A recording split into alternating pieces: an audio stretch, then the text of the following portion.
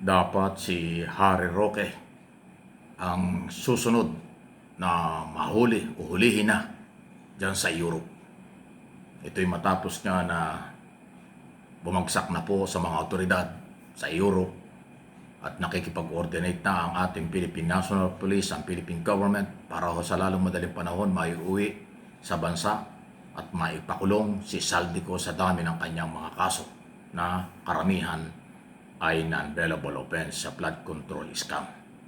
Itong si Harry Roque, non-bailable din po ang kaso nito.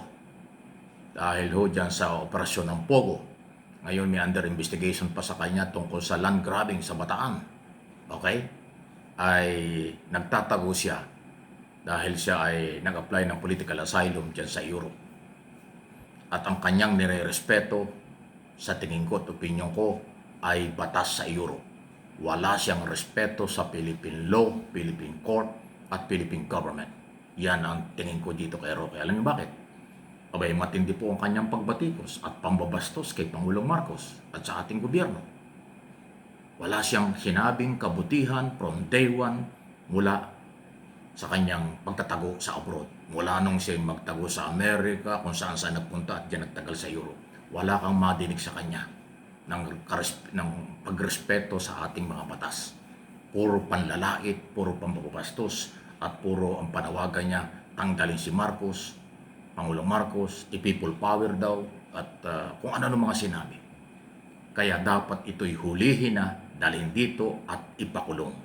Kasi sobra na ho. Para sa akin, sarili kong opinyon at paniniwala ito, kahit consideration, kung siya man ay mahuli, huwag ibigay kay Roque. Kahit magmakaawa pa yan pag nahuli at nadala sa Pilipinas. Dahil yung kanyang mga ipinopose at kanyang ginagawa at sinasabi laban sa ating gobyerno, sobrang pambabastos at kawalan ng respeto. Samantalang siya ay officer of the court dito sa Pilipinas bilang abogado. Yung kanyang panlalait, pambabastos sa punong ekotibo at sa ating sistema, yan po ay hindi dapat binibigyan ng kahit na anong konsiderasyon. Dapat siyang hulihin at ikulong. Non-bailable offense ang kanyang kaso. Ano ha? Diyan ho sa yung kaso sa Angeles City na balita ko na transfer na dito sa Pasig. At yung mga posible pang kaso, lalo na yung land grabbing na issue, yung di umano'y pang-aagaw, sa pilitan di umanong pagbili sa murang halaga, pinapirma ang mga mahihirap at simpleng mga farmers diyan sa Marabeles, diyan sa may Bataan, para lang pagtayuan ng Pogo. Yan hindi fake news. Bago yan idiniin ni Madraga sa Committee on Justice, iniimbestigahan na yan ng NBI dahil nagpunta na sa NBI ang mga naging biktima. Si Roque rin at yung mga company kung saan siya konektado ang nasa likod niyan dahil paglalagyan pala ng Pogo during Duterte administration. Ganyan silang kasama. Nang abuso na, tapos ng kasuhan, galit pa. Ang papalabasin, harassment, panggigipit, wala daw respeto sa Pilipino, wala daw respeto sa kanila, samantalang sila hindi naman karespeto.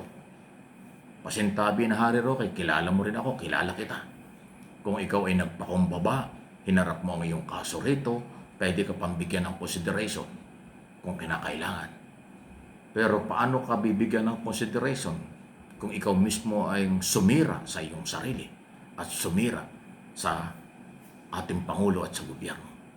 Kaya di ko rin maintindihan dito kay Secretary Remulla. Ilang linggo na, dalawang linggo na sinabi niyang siya papunta ron, susunduin at gagawa niyang parang mahuli. Nag-usap na daw sila. Hinamon pa siya ni Roque. Puntaan mo ko dito, subukan mo akong hulihin. Ikaw ang ipapahuli ko. Di ba? Sayang yung laki ng katawan ni Remulla. Binabastos lang ni Harry Roque. Pero wala pa rin magawa. Kaya Secretary Remulla, walang personalan, issue lang. Sir, parang padami ng padami ang press release mo. Padami ng padami ang mga sinasabi mo, pero nasaan ang katuparan nito? Sinabi mo pupunta ka ron, bakit hindi ka pa nagpupunta? Hinamon ka na nga ni Roque. Hinihintay ka raw. Magkakasubukan kayo. Ipakita mo yung laki ng kapangyarihan mo at laki ng katawan mo. Yung laki ng katawan ni Roque, wala yun. Pero yung laki ng katawan mo, Secretary Remulla, ipakita mo kay Roque na kaya mo siyang hulihin under Philippine law at ang independent foreign policy ng Marcos administration. Diyan po sa Europe, especially diyan sa Austria, na inamin niyang nandun siya at hinihintay ka. Di ba? Ganun katindi. Ang piling niya above the law.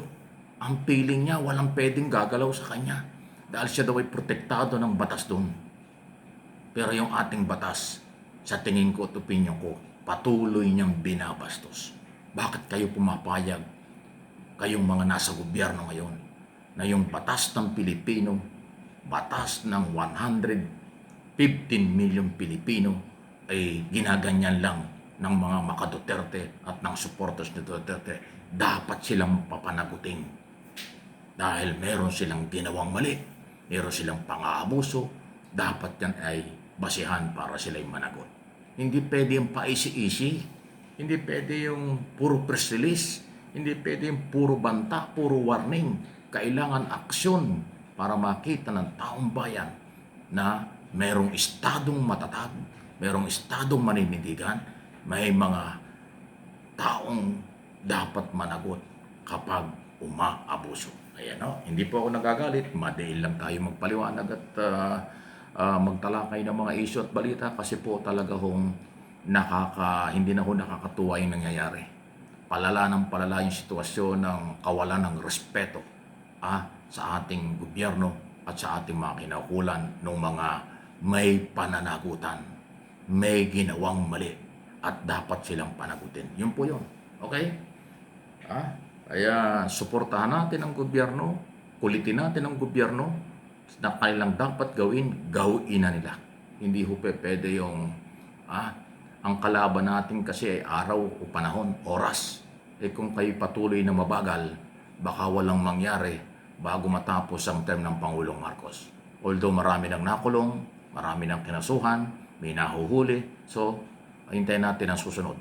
Yung may mga kasong nakapile na sa korte or may mga warrant of arrest na, dapat yan ay bumagsak sa kamay ng batas sa lalong madaling panahon para hindi pa marisan, para magandang halimbawa na ang may kasalanan at aabuso ay hindi magtatagumpay sa kahit na sino ang gobyerno dahil nga po sila ay dapat managot. Ayun po yun.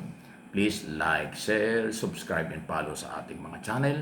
Itong channel na ito, MA Pinoy TV at yung Mike Abi Opinions, pati ho sa Facebook page natin. Okay? Alam, maraming nanonood pero yung iba hindi nag-subscribe, hindi nagpapalo. Magtulungan po tayo dahil maninindigan, may prinsipyo ang channel na ito. Hindi tayo magpapagamit kahit kanino. Ang akin yan laging sinasabi, lahat, kahit sino na involved sa korupsyon, flood control, o kung anumang korupsyon sa pera ng bayan, managot kayo. Hindi ko kayo ipagtatanggol at hindi ko yung trabaho at hindi ko business na ipagtanggol kayo. Dahil kami ay biktima ninyo.